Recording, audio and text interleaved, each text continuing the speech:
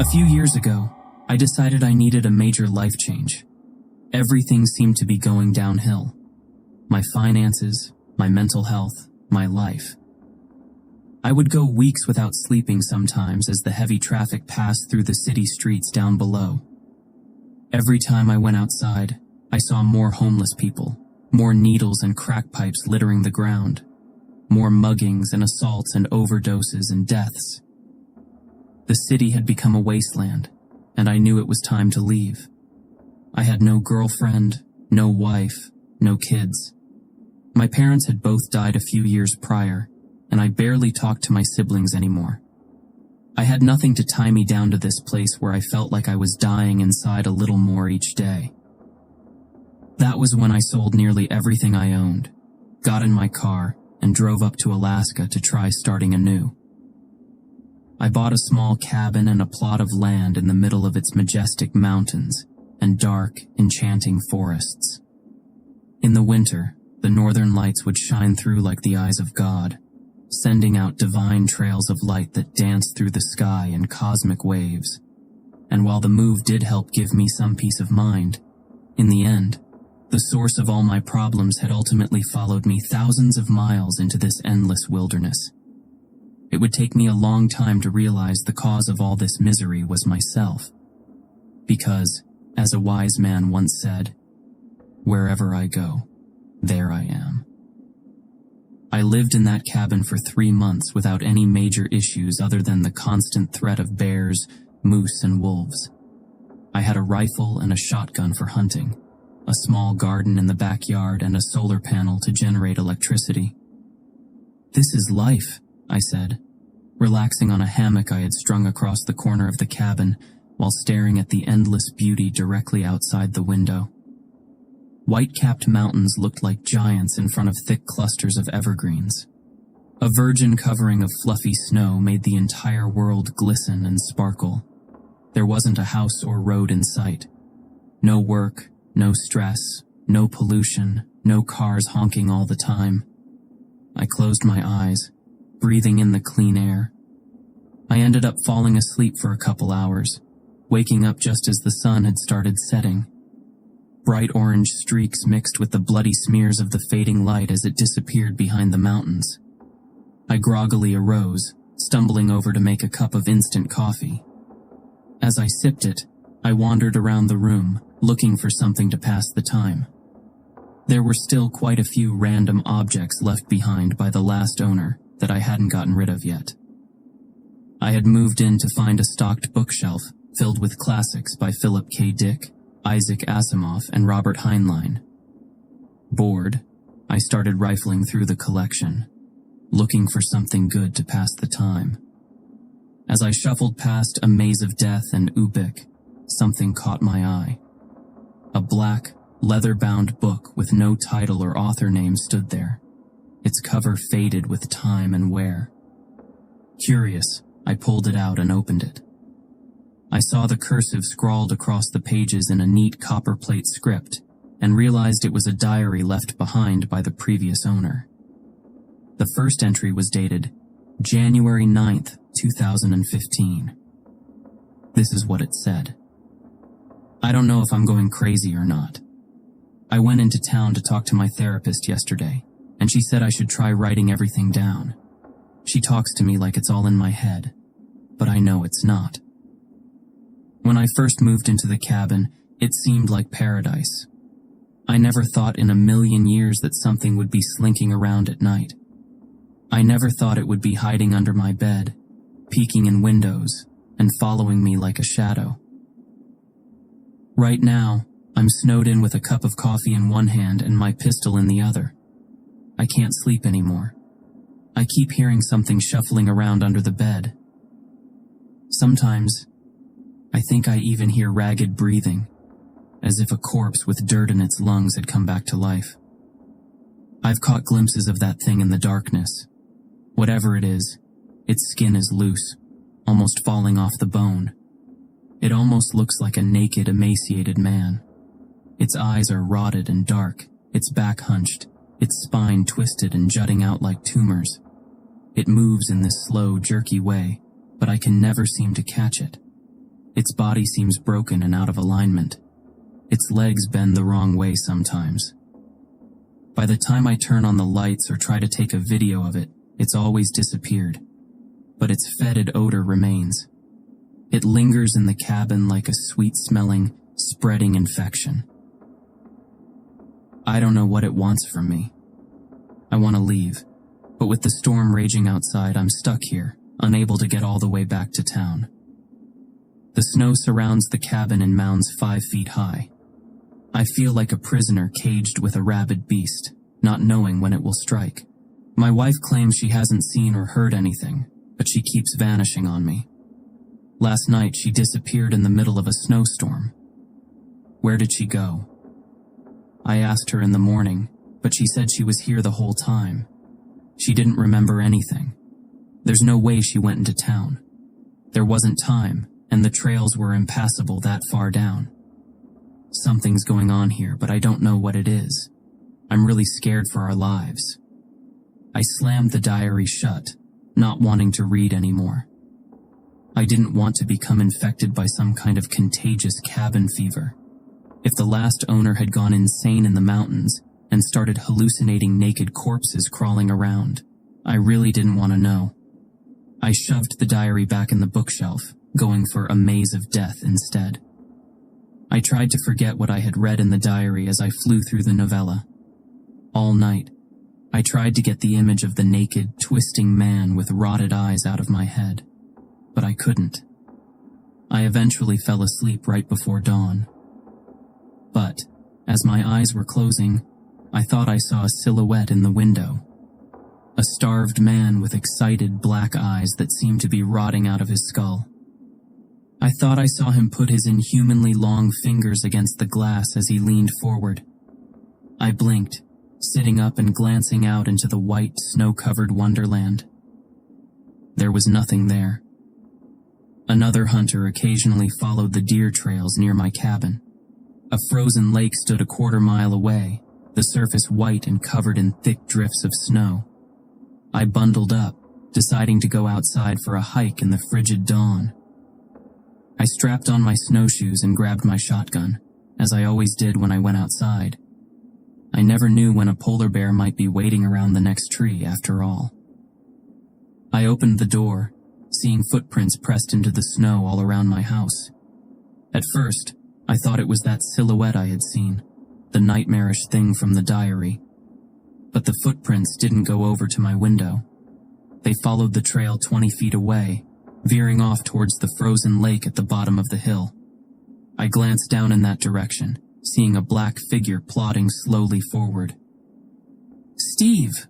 I cried, recognizing my only neighbor in a 4-mile radius.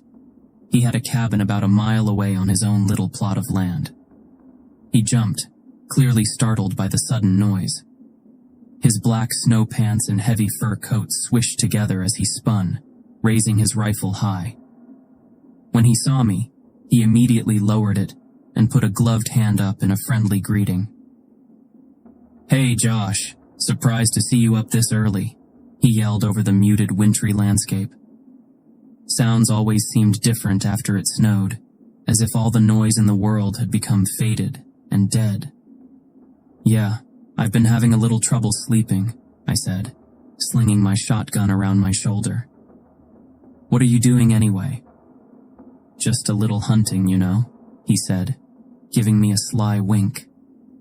"Animals are always most active around dusk and dawn, it seems. That's when I always have the best luck anyway." He stepped close to me, staring me in the eyes. "You do look like shit. Those bags under your eyes are big enough to carry groceries in." "Yeah, trust me, I know." "Hey, this might sound a little weird, but did you know the previous owner of this cabin?" I asked. Steve's wrinkled old face fell into a scowl. His expression immediately became guarded and distant. Sure, we met," he exclaimed bluntly. He seemed to be searching my face for something, but I didn't know what. His reaction left me feeling off balance and nervous. "Is he still around?" I said. Steve's scowl deepened. "Buddy, I don't know what this is about, but he's dead. He's been dead. He died in that cabin, actually." He pointed a finger at my home accusingly. With those words, my heart seemed to drop into my stomach. Waves of dread flowed through my body like water. How did he die? Like a heart attack or something? I asked. Steve's gaze turned downwards. He didn't meet my eyes. Do you know that Alaska has the highest missing persons rate in the entire United States? It's not even close. In fact, for the population size, we have far more people who go missing and never get found than anywhere else. They even have a name for it. The Alaska Triangle, Steve said. And we're square in the middle of it. I stared blankly at him, wondering where he was going with this. It seemed like a way to avoid answering my question. No, I didn't know that, I responded. Steve nodded, raising his head again. He heaved a deep sigh. Look, the thing with the last owner and his wife, it's somewhat disturbing. If you really want to know, I'll tell you. But it's certainly not going to help your peace of mind. And it definitely isn't going to help you get some sleep. I want to know, I insisted instantly. The wind started to whip past us. Flakes of ice and snow flew sideways in the sudden currents. Let's go back to your cabin then, Steve said, pulling his heavy fur-lined hood off and shaking out his long black hair behind him. I could use a bit of whiskey to warm up. We sat down with a bottle of Johnny Walker and 2 shot glasses. I wasn't much of a drinker, but Steve certainly was. He chugged 3 shots in the span of a minute. I sipped at mine, drinking half and putting it back down on the coffee table with a thunk. Steve grunted, hissing through his open mouth for a moment. Ugh, that's the good stuff, he said, slamming his chest as the burning liquor worked its way down. Steve looked up at me with a new sparkle in his eyes. Huh, so you want to know about what happened to Will Lenning? Well, I'll tell you that no one really knows the whole story. I used to see him occasionally, come down and have a drink and talk. We all know each other around here, obviously. I nodded, motioning him on. He seemed like a normal, upstanding guy. He kinda reminded me of you, actually. A young guy trying to escape the hustle and bustle of the city life, the cancer of the American dream. Well, he was here for maybe a couple months, I don't know. Everything seemed fine. We used to go skeet shooting occasionally, have a beer, you know. We'd get together with a couple other hunters who lived closer to town, and sometimes play some poker. I never saw anything odd about Will. I never could have predicted what happened to him. He heaved a long sigh at this, looking out the window at the sharp mountains with an expression of nostalgia. Well, what happened to him? I asked, encouraging him to go on. He started talking about seeing someone peering in through his window at night. He talked about hearing sounds from under his bed while he was laying there in the dark. Sounds like diseased breathing and shuffling. He started keeping all the lights on in his cabin 24 hours a day. Steve leaned close to me. A glimmer of fear rippled across his pale, wrinkled face. He started to lose his mind. Started digging holes all over the place, looking for something. Even in the middle of snowstorms, I would occasionally see him outside digging. It seemed like he never slept anymore. It was classic cabin fever if I ever saw it. It was only a few weeks later that I came over here, concerned. I hadn't heard from him in a few days, which was fairly unusual. I found the door hanging wide open. Propped up in a chair in the exact spot where you now sit, Will lay with a blast hole showing clear through his skull, a shotgun laying at his feet. And next to him, I found a blood-stained diary open to the middle page. The last entry was stained with blood spatter, but still visible. I remember leaning down and reading it. It was only a few sentences long. I glanced over at the bookshelf with the same diary, saying nothing. It said something like, I see now what's going on. The twisted man is leading me to the truth. Today I will finally find it. And that was his suicide note? I asked, my heart hammering in my chest. He nodded. Yeah. I went into town and got some rangers to come check it out. Eventually, they got cops and CSI there. They took all the stuff as evidence, including the diary, he said. Good riddance, I say. Reading something like that is never beneficial. Sometimes delusions spread like a virus, you know what I mean? I did, but I said nothing. I glanced back at the diary, its black leather cover gleaming like a crouching snake. And I wondered, if the police took the diary as evidence, how did it get back here? You said he had a wife living here with him too? I asked. Yeah, she went missing around the same time, he said. Pretty bizarre. The cops thought maybe she just moved away, but... He shook his head grimly. As far as I know, she was never seen again.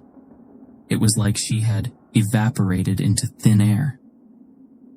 After Steve left, I walked stiffly over to the bookshelf, taking down the diary. I flipped open through the pages. In the middle, I found the last entry. Spatters of old, darkened blood were scattered over the page like raindrops. I found the suicide note and read the date. January 27th, 2015, it read. Will Lenning had not lived long after he started seeing the Twisted Man. I wondered if my fate would be the same. The sun had started to set outside as I sat with the diary at the small circular kitchen table, eating some stewed venison and rice as I read through the entries. At the end, Will Lenning said the Twisted Man had been trying to guide him somewhere, that in fact, the Twisted Man had been trying to protect him from some great evil, rather than being the source of it. I scoffed, feeling a flash of anger at his stupidity. His naivety obviously led to his death. But then a flash of insight struck me like lightning. What if I was committing the same kind of stupidity? Perhaps I should just grab my gun and valuables and leave. I could take off on the snowmobile and be in town within a couple hours. But, in my heart, I knew I would not. Something about the mystery of all this beckoned me to stay. Like a siren leading sailors to destruction, my curiosity called out to me, and I knew I would not be leaving that night. I needed answers, and sadly, I would find them. I had fallen asleep with an empty bottle of beer in my hand. I sat in front of the TV, which only got satellite reception. There were, of course, no cable or phone lines threading their way through the forest. All of my power came from stored solar energy. Since I rarely watched TV, and really only used it to cook or heat up water for bathing, the energy produced was sufficient even in winter. Tonight, though, I needed its sound, its mindless flashing of light and colors and canned laughter. It seemed to drive away the creeping, suffocating presence like a candle. I woke suddenly. The TV flashed with static, the repetitive hissing of the white noise spit from the speakers like thousands of snakes. I glanced up at the clock. 3:33 a.m. I looked around the dark cabin, confused for a long moment. I didn't understand what had woken me so abruptly. The satellite had never gone out before, either, even with the howling winds and freezing hail of the Alaskan winter. The TV started flickering as if the static were rising upwards. Black lines traced their way horizontally across the screen. The hissing deepened into a gurgle, and for a second, I thought I heard faint words behind the white noise. I thought I heard breathing, slow and diseased, like the death gasp of a drowning man. A black line rose across the TV, and an image came into view. The cabin was suddenly plunged into silence, except for the shrieking, wintry wind outside. I leaned close to the screen, confused at what I was looking at. It looked like a live camera feed of a room. As I took in the details, I realized it was my cabin. I saw myself in the chair, leaning close to the screen. I raised my hand, and the miniature version of me on the screen did likewise. Ice water seemed to drip down my spine as waves of dread coursed through my body. "What the fuck is this?" I whispered, looking back to where the camera should be. It was just a coarse wooden ceiling in that corner. I turned back to the screen and nearly screamed. The TV showed a pale, naked man crouching directly behind my chair now. With jerky movements, he rose, his broken spine twisting and shivering.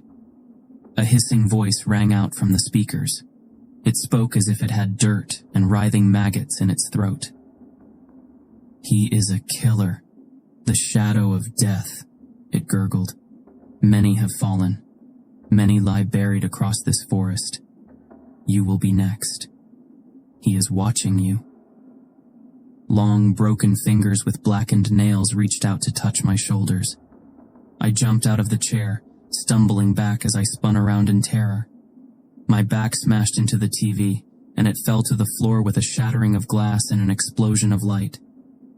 In those few moments before the darkness descended on me like a blanket, I thought I glimpsed a pale, sunken face with rotted, blackened eyes peeking out from behind the chair.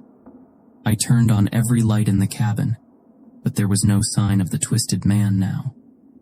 I knew I had to get out of there, though. I thought about the warning that the voice had spoken.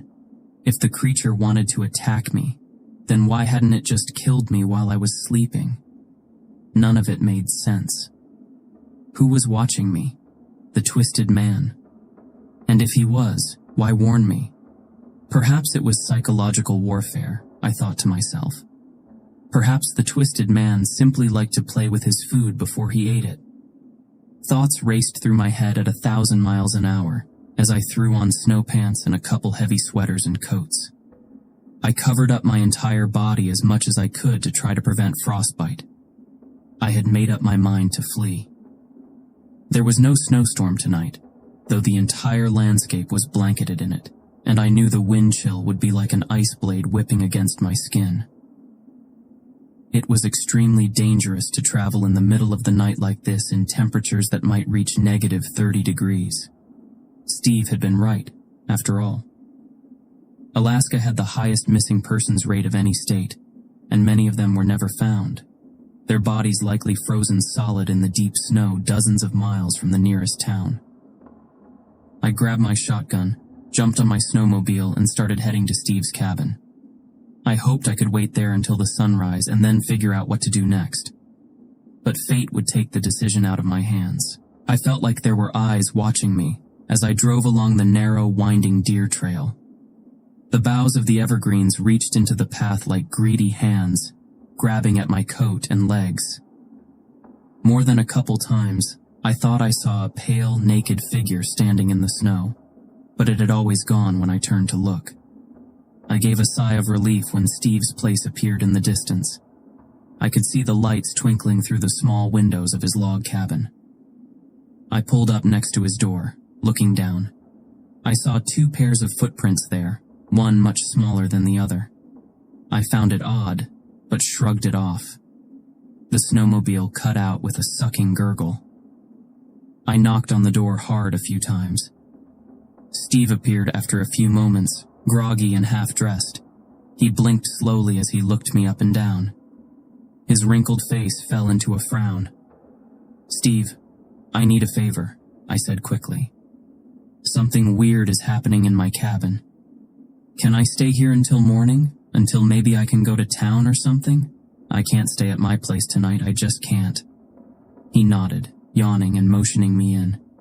"You can sleep on the couch, I guess," Steve said. "Put that shotgun somewhere safe, though, boy." He had a partitioned bedroom in his cabin. It was significantly larger than my little one-room cabin, though it was basically still just a joint kitchen living room, a small bedroom, and a bathroom. He pointed to a well-worn couch in the corner and gave me an apathetic wave as he stumbled back into his bedroom, slamming the door. I couldn't sleep, though. I tiptoed around the room, looking at Steve's bookshelf. He had a rather strange taste in books, lots of Anne Rule and true crime there. I saw dozens of books about Ted Bundy, John Wayne Gacy, Richard Chase, Herbert Mullen, Jeffrey Dahmer, and Richard Ramirez among the collection. At the end, a large black binder stood, unlabeled and worn-looking. It reminded me of the look of that leather-bound diary for a second, and my heart dropped. But logically, I knew this was just a coincidence. Yet still, I pulled out the binder, my curiosity piqued. What I found inside filled me with dread and horror. Countless news clippings covered the length of it. The first clipping was from nearly 20 years earlier, about a woman who went missing in the Alaskan forest while hiking. A later one confirmed that her body was never found, and that her family was still hoping that she might turn up alive somewhere. A reward was offered for any information, it said, and every page after that was more of the same. Missing woman, murdered prostitute, missing man, no leads. I kept flipping through until I found clippings about Will Lenning's suicide and the sudden disappearance of his wife. On the article about the suicide, Steve had used red marker to scrawl, "Ha ha," next to it. I heard the click of a gun being cocked from behind me. I froze as Steve's voice traveled across the room like a whisper. "How do you like my work, friend?" he asked, his tone jovial and mocking. I still held the binder of horrors tightly in my hands as I stared open-mouthed at this man I thought I knew. "It's you? What? You killed Will Lenning and his wife? And a lot of other women, apparently." Everything felt unreal, as if I were stuck in a dream. Steve's grin spread across his face, but his blue eyes stayed cold and dead. "Yes. Well, she was cheating on him with me anyway. Just another whore, you know. They always get what's coming to them in the end," he hissed with hatred oozing from his voice. "It's too bad, really. I just killed another slut tonight. I was planning on saving you for later. The urge isn't too bad yet right now, after all. It comes in cycles, you see. It comes in waves." I saw a glimmer of pale, naked flesh writhing behind Steve. With jerky movements, the twisted man came up behind him. I said nothing, just watching with wide-eyed horror and amazement. "You need help, man," I whispered. Steve laughed. "Help? The only help they give people like me is a needle in the arm. You know that. That's why it's important to always cover your tracks." The twisted man ran a long, broken finger across Steve's neck. Steve gave a strangled cry and jumped. He spun around, screaming. I glanced over at my shotgun next to the couch. I jumped for it as Steve turned back to me, firing his pistol twice. The first bullet soared high above me, raining wood splinters down on my head, but the second ripped into my leg. A cold, burning pain ran like fire up my shin. I screamed in agony and battle fury as I gripped the shotgun, spinning and firing. Steve's head exploded as the slug ripped through his brain. His forehead collapsed like a smashed melon as bone splinters and blood sprayed the wall behind him. The twisted man stood there, hunched over, grinning up at me. I felt warm blood gushing from my leg as I stared back at him, breathing hard. I wondered if I was dying. You weren't after me at all, were you?" I asked. "You were after Steve." But the twisted man said nothing. After a long moment, he slinked back into the shadows of the bedroom and disappeared. As night crawled its way toward morning, I thought back to the words the twisted man had spoken through the TV, suddenly understanding everything. He is a killer, the shadow of death. Many have fallen, many lie buried across this forest. You will be next. He is watching you. He hadn't been trying to hurt me at all. He had been trying to warn me. He had probably tried to warn Will Lenning and his wife, too. I wrapped my leg in gauze, gritting my teeth. The wound looked puckered and deep, but I could still move my foot, and the bullet had gone clean through the flesh. I poured alcohol on it, screaming in pain as it burned its way through my skin. After rummaging through Steve's bathroom, I found some prescription painkillers and swallowed a handful of them with a beer. I knew I would need the opiate high to get through the pain of riding into town with a mutilated leg. As the sun finally rose, I made my way outside the blood-stained floors of the cabin to my snowmobile. Before I left, I glanced back at that horrid place, the scene of so much torment and death. In the open doorway, the twisted man stood, his back hunched, his rotted lips grinning at me. His hand lifted up into the air with jerky movements and waved. I waved back as I started the engine and headed into town.